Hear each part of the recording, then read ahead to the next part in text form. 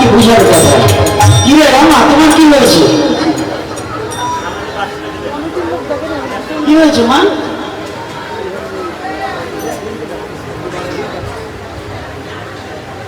যত বড় প্রেসিডেন্ট আসো, এখন আর সামনে দিয়ে ঘোরাঘুরি করবে না। তোমার আগে যারা আসছে তারা আগে বসবে, তুমি পিছনে বসবে। এখন মন্ত্রী আসলো, তার পিছনে বসতে হবে। সভাপতির মা আসলে আমার কিছু আসে যায় না। অজ্ঞান নগরপাড়া সার্বজনীন জগন্নাথ মন্দির ও দুর্গা মন্দিরের আয়োজনে আজকে ৪র্থতম দিন, তাই তো নাকি? কতদিন? ৪র্থতম দিনে দূর দূরান্ত থেকে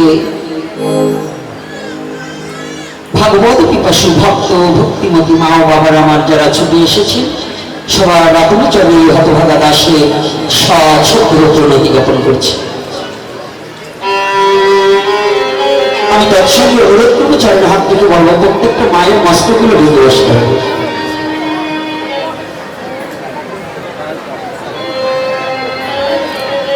আর ওই মন্দিরের সামনে যে বাচ্চারা হয়তো করছে, খেচাখেচি করছে, এগুলোকে হয়তো ঠান্ডা করতে হবে, নাহলে দূর করে দিতে হবে।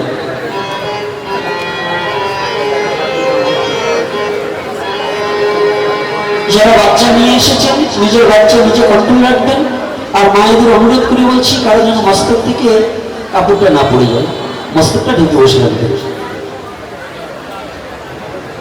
আজকে ৪র্থ দিনের আয়োজনে দূর দূরান্ত থেকে ছুটে আসা ভক্ত রসিক সজ্জন মন্ডলী যে হরিকথা শ্রবণ করবার নিমিত্তে ছুটে এসেছেন। ভাগবতীয় কথা আজকে ৪র্থ দিন, তবে পাঠক পরিবর্তন হলে যে দুজন ব্যক্তিকে স্মরণ না করলে হরিকথায় প্রবেশ করা যায় না, সেই দুজন ব্যক্তিকে একটু স্মরণ করে আজকে অতীব অল্প পরিসর বন্ধনার সমাপন করে আমরা মূল কিছু কথার মধ্যে প্রবেশ করতে চাই। সেই দুজন ব্যক্তিকে প্রথমে যাকে স্মরণ করছি,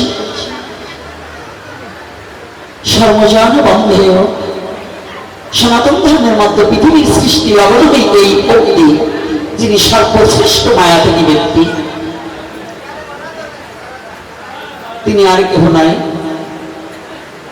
যে মাতৃগর্ভ থেকে এই সমস্ত মায়াকে পরিত্যাগ করেছেন। সনাতন ধর্মের কথাটা যখন থেকে শুরু হবে তখন থেকেই আপনার ভাগবতীয় কথা, অর্থাৎ যে কথাটা বলা হচ্ছে, যিনি মাতৃগর্ভ থেকে মায়াকে পরিহার করে বিশ্ব জগতে প্রকাশ পেয়েছেন, তিনি কে? মায়াবদ্ধ জীবনে নাই কৃষ্ণ স্মৃতি জ্ঞান। এই যত সাধন ভজন একটাই মূল হচ্ছে মায়াকে পরিত্যাগ করা। যাগ যজ্ঞ ব্রত হোম উপবাস এ সমস্ত হচ্ছে কিসের কারণ? একটাই কারণ, মায়াকে পরিত্যাগ করা। কারণ ভাগবত সাক্ষ্য দিয়ে মায়াবদ্ধ জীবন নাই কৃষ্ণ স্মৃতি জ্ঞান। চৈতন্য চরিতামৃতে স্পষ্টভাবে কৃষ্ণদাস কবিরাজ গোস্বামী বিরচিত। সেই মায়াকে যিনি মুক্ত হতে পেরেছেন, তিনি সাধারণ পুরুষ নয়, তিনি মহাপুরুষ হয়ে গেছেন। আর মায়ায় যিনি যুক্ত আছেন, তিনি জীব। মায়া মুক্ত যিনি, তিনি শিবাপতি। শিবাপতি মানে শিবের অতি। শিব তো দেববাচক, আর শুদ্ধ কৃষ্ণ ভক্ত যদি হওয়া যায়, এই দেবতাও পর্যন্ত তার চরণ বন্দনা করে, জানিয়ে নিচ্ছে।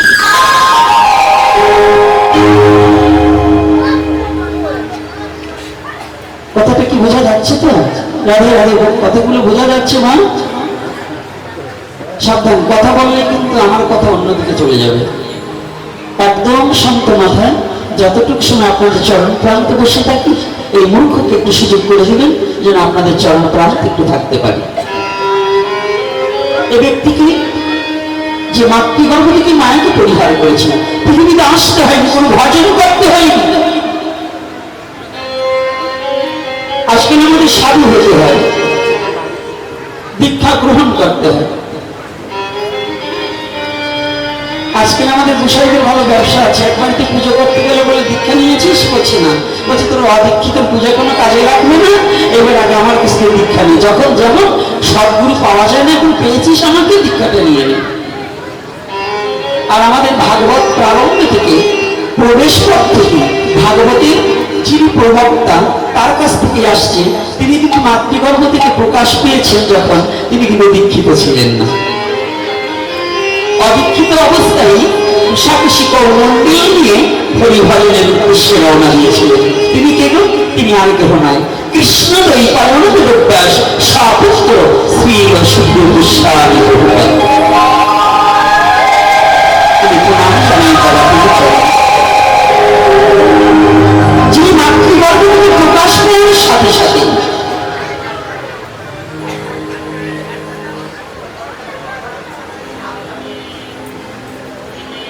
মাতৃগর্ভ থেকে পৃথিবীতে আসার সাথে সাথে কৌমণ্ডলী কুশাকুশি নিয়ে রওনা দিয়েছে। আজ কিছু হরিকথা শ্রবণ করতে এসেছেন না? শ্রবণাম মঙ্গলম, শ্রবণ মাত্রই মঙ্গল, সেটা একমাত্র হরিকথা। পৃথিবীর যত কথাই আছে তাহাতে দৈহিক সুখের কথা থাকিতে পারে,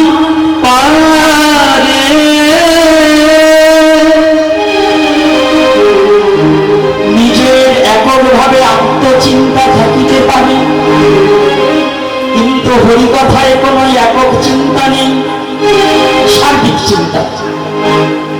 যে ধর্মটি আমরা জন্মগ্রহণ করেছি না, এটার নাম কি ধর্ম? কি ধর্ম? কি ভাত খাইয়ে আসেন নাই কেন? কথা হয় না কেন? কি সনাতন ধর্মের কথা যদি মনে জোরে না বলতে পারেন তাহলে বাবার নামও মনে হয় কয়েকদিন পরে ভুলে যাবে। আপনি যে ধর্মে জন্মগ্রহণ করেছেন সেই ধর্মটার নাম বলতেই আপনাদের মনে হয় একেবারে শুকিয়ে গেছে মুখ। তাহলে আপনারা কিসের সনাতন? জোরে সুপ্রিম পাওয়ারে বলতে হবে। অর্থাৎ আমি যদি আমার বাবাকে ভালোবাসতে না পারি, আমি যদি আমার বাবার নামটা উচ্চ কণ্ঠে না বলতে পারি, আমার বাবার নাম কই পাড়ার ফেলু এসে বলবে। আপনি যে ধর্মে জন্মগ্রহণ করেছেন সেই ধর্মের নামটা বলতে এতগুলো লোক, একটু আগে 4 জন বাচ্চার ক্যাচমেচিতেই মনে হয় একটা হলমুল হয়ে গেছে। আর আপনারা এতগুলো লোক বলছি আপনার আমাদের ধর্মের নাম কি? আস্তে আস্তে বলেন। কেন? কি ভাত খেয়ে আসেন?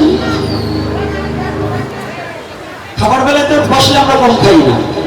সনাতনীদের খালি ভোজনটাই আছে, ভজন হারিয়ে গেছে। ভোজনটাই খুব পরিপাটি, 52 পদ না হলে হবে না, 13 পদের আইটেম না হলে হবে না, ছানার রসা ধোকা দাও না। কিন্তু ভজনের বেলায় কি করি বা না করি তার কোনো খবর নেই। কি বাবারা আমার বাবুরা কষ্ট পাবেন না? আমার কথা কিন্তু একটু এরকমই, একটু আড়াআড়ি হয়। জিজ্ঞাসা করেছে আমার ধর্মের নাম কি? সনাতন ধর্ম। সনাতন ধর্মে দিকটা কি জানেন? সনাতন ধর্ম কোনো ব্যক্তিগত, আপনি সনাতন ধর্মে জন্মগ্রহণ করেছেন বিধায় আপনার জন্য কথা বলছে তা না। সনাতন ধর্মের শাস্ত্র কথা বলছে সমস্ত মানব জাতির জন্য। কোন জাতির জন্য? সমস্ত মানব জাতির জন্য। যে কথা মানবের কল্যাণ হয় না তাহা সনাতন ধর্ম বলে না। যে ধর্ম সমস্ত জীবের মঙ্গলময় আনতে পারে সেই কথাটাই সনাতন ধর্ম আপনাদের মন্ত্র। সময় আসছে আমি বলবো। তাহলে সনাতন ধর্মে কি বললেন? ওই কার্ডটা লেখার সময় লেখা থাকে জাতি ধর্ম বর্ণ নির্বিশেষে সকলে আমন্ত্রিত। কি লেখা থাকে কিনা বাবারা? না আপনাদের দেশে আবার অন্যভাবে নিমন্ত্রণের কার্ড লেখা হয়? একই তো? যদি থাকে যে জাতি ধর্ম বর্ণ নির্বিশেষে, তাহলে বুঝতে পেরেছেন সনাতন ধর্মের নিমন্ত্রণটাও হয় জাতি ধর্ম বর্ণ নির্বিশেষে। সনাতন ধর্মের নিমন্ত্রণটাও কিন্তু একক সনাতনীদের জন্য নয়। এখানে সব জাতি, সব বর্ণের, সব গোত্রের লোক আসতে পারবে, তো কোনো বাধা নেই। আজকে শ্রবণমঙ্গলম, একমাত্র হরি কথা তুমি হরি বলে ডাকিতে পারো বা নাই বা পারো। যদি ভক্তির সহিত হরি কথা একবার জীবনে শ্রবণ করিতে পারো, যদি তোমার কর্ম ইন্দ্রিয় দ্বারা এই হরি কথা যদি হৃদয় পুরে প্রবেশ করে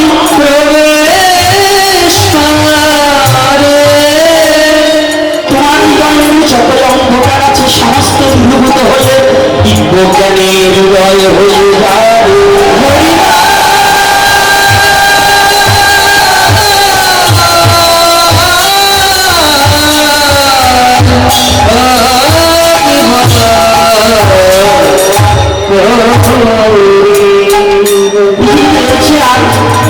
মঙ্গল কি হতে পারে যে আমাকে জানার কথা, আমাকে চেনার কথা। তাহলে যে কথা একবার হৃদয়ে প্রবেশ করলে আত্মচৈতন্য কেন হৃদয় হয়, তাহার চেয়ে কি মঙ্গল কিছু হতে পারে? রাধে রাধে, আর হতে পারে মঙ্গল? এই জন্য ভাগবত বললে শ্রবণা মঙ্গল। দ্বিতীয়বার যাকে স্মরণে করছি তিনি আর কেউ নয়, কলির যুগের প্রথম রাজা। কলির যুগ যখন শুরু হয়েছে, প্রথম যিনি রাজা হয়েছে, ন্যায় নিষ্ঠা পরায়ণতা, যিনার পিতৃপুরুষ থেকেই ধর্ম পরায়ণতা, ভগবানের সপক্ষে, তিনি আর কেউ নয় পাণ্ডুকুলের ভব রাজাধিরাজ মহারাজ। মহারাজ করছি তাকে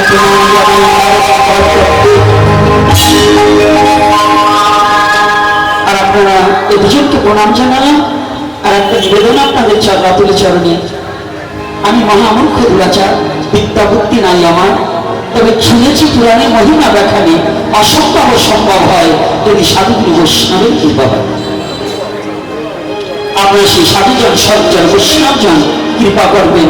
যতটুকু সময় বসে থাকি আপনাকে নাহি করি প্রচার যেন সবাকার মাঝে, যেন গুরু গোবিন্দ গুরু গৌরাঙ্গ এবং নিজের সাধারণের কথার মধ্য দিয়ে সময়টাকে অতিবাহিত করতে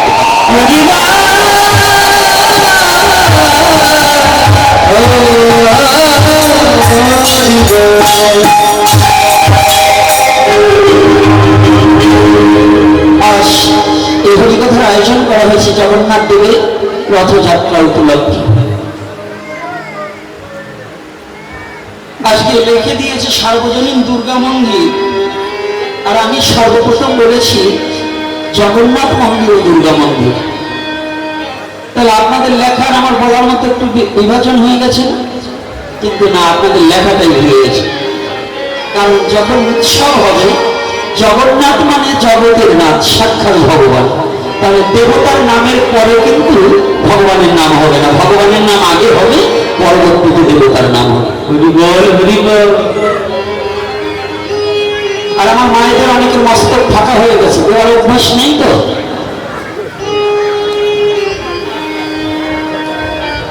আপনাদের চরণে হাত রেখে বলছি, আপনাদের কিচ্ছু বলবো না। আপনারা আমার মা, ওই বুড়িটাকে বকা শোনাইয়েন না, যে বুড়িটা আপনাদের পেটে রেখেছে।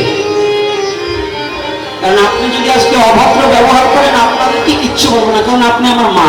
মাকে তো ছেলে কিছু বলতে পারে না, ওই বুড়িটাকে বেশি বলবো। কারণ আপনি যদি আমার মা হন, আপনার মা আমার দিদা, ওই বুড়িটাকে বলবো যে এমন মেয়ে পেটে রাখছিলি কেন বুড়ি, তুই এই কথা শুনে না কেন। চিকন একটু মার দিলাম, এটা যেন আপনার মাকে বকা শোনাতে না হয়। রাধে রাধে। আজকে দেখুন এই জগন্নাথের বিভৎস একটা রূপ। সনাতন ধর্মে যত মূর্তি আছে, জগন্নাথের মতো এমন কোন বিকৃতি, এমন কোন ভয়ানক মূর্তি আর পৃথিবীতে নেই। কি আছে? সনাতনের যত অবতার, ভগবান যতবার অবতার হয়ে এসেছে, জগন্নাথ দেবের মতো এত বড় চোখ, এত বড় পেট, হাত নেই, পা নেই, এরকম আকৃতির কোন বিগ্রহ আর আছে? তারপরে আবার ওনার রথ, আর কারো রথ নেই, ওনাকে রথে চড়িয়ে টানতে হবে। তাহলে উনি কি হাঁটতে পারেন না? যদি না হাঁটতে পারে, উনি কেমন করে ভগবান হলো? তাহলে উনি সর্বশক্তিমান কেমন করে হলেন? এ কথা প্রশ্ন থাকবে না? বিশেষ করে অহিন্দুরা যদি আপনাদের প্রশ্ন করে, আপনাদের ভগবানের বলে পাওনি না, উত্তর দিবেন কি? 100 হিন্দু থাকলে 99 জন এখানে উত্তর দেওয়ার মতো হিন্দু নেই। আর বিশেষ করে 100 যুবক ছেলের মধ্যে যদি এরকম একটা প্রশ্ন তুলে দেওয়া হয়, ওই 99.5 জনের উত্তর কোনোটা একটা যুবক ছেলে পারবে। তো যদি না পারে, এই সরলতার সুযোগ পেয়ে এই সনাতন ধর্মের কোমলমতি ছেলে মেয়েদের এই তোদের ভগবানের পাবি মেয়েতে হাঁটবে কি করে? ওই ভগবানের পুজো করলে কি তোদের কোনো লাভ আছে? সনাতন ধর্মে কিচ্ছু নেই। ও ভাবলো তো সত্যি তো তাই। ও জীবনেও একদিন জগন্নাথ সম্বন্ধে কিছু পড়াশোনাও করেনি, জগন্নাথ সম্বন্ধে তত্ত্ব বিচারও জানে না। ও ভাবলো না সত্যিই নাই, কিন্তু ও তো সাধনাও করেনি, শাস্ত্র গ্রহণ করেনি। ও না জেনে কি করছে জানেন? ওকে ভুলভাল যা পড়াচ্ছে ও কয়েকদিন পরে ধর্মান্তরিত হয়ে গেল। কি এরকম হচ্ছে কিনা? কি কথার উত্তর দিচ্ছেন না? এরকম আছে কিনা? এখন আপনাদের যদি এরকম প্রশ্ন করায়, খালি বাচ্চাদের বলছিল, এই যে যেগুলো আছে না সিরিয়ালের নাম যতটা বলতে পারে, নায়ক নায়িকার বাবা মার সূত্র 14 গোষ্ঠী সূত্র যত মুখস্থ আছে, সনাতনী নরনারীদের ধর্মীয় বিষয় জ্ঞানটা খুব কম আছে। রাগ করবেন না, লীলার সাথে সাথে আমাদের জীবনে লীলাটাকে বলতে হবে। আমাদের নিজের চরিত্রের কথাটাকে যদি ফোকাস না করতে পারি, তাহলে এই সাধু সঙ্গ, পুজো পাঠ, রথযাত্রা, ভাগবতী পাঠ কি জন্য দেওয়া হয়? ভাগবত দিলে তো ভগবান পাওয়া যায় না, ভাগবত পাঠ করে কিন্তু ভগবান পাওয়া যায় না। ভাগবত ঘরে রেখে পুজো দিলে যদি ভগবান পাওয়া যেত, তাহলে লাইব্রেরিয়ান আগে ভগবানকে পেয়ে যেত।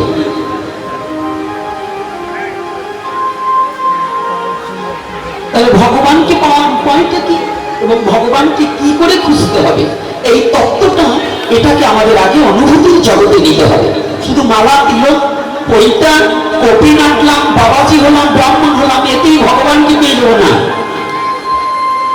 ভগবানকে পেতে হলে ব্রাহ্মণ বাবাজি হলে হবে না, ব্রাহ্মণ হলে হবে না, বাবাজি হলে হবে না, বৈষ্ণব হলে হবে না।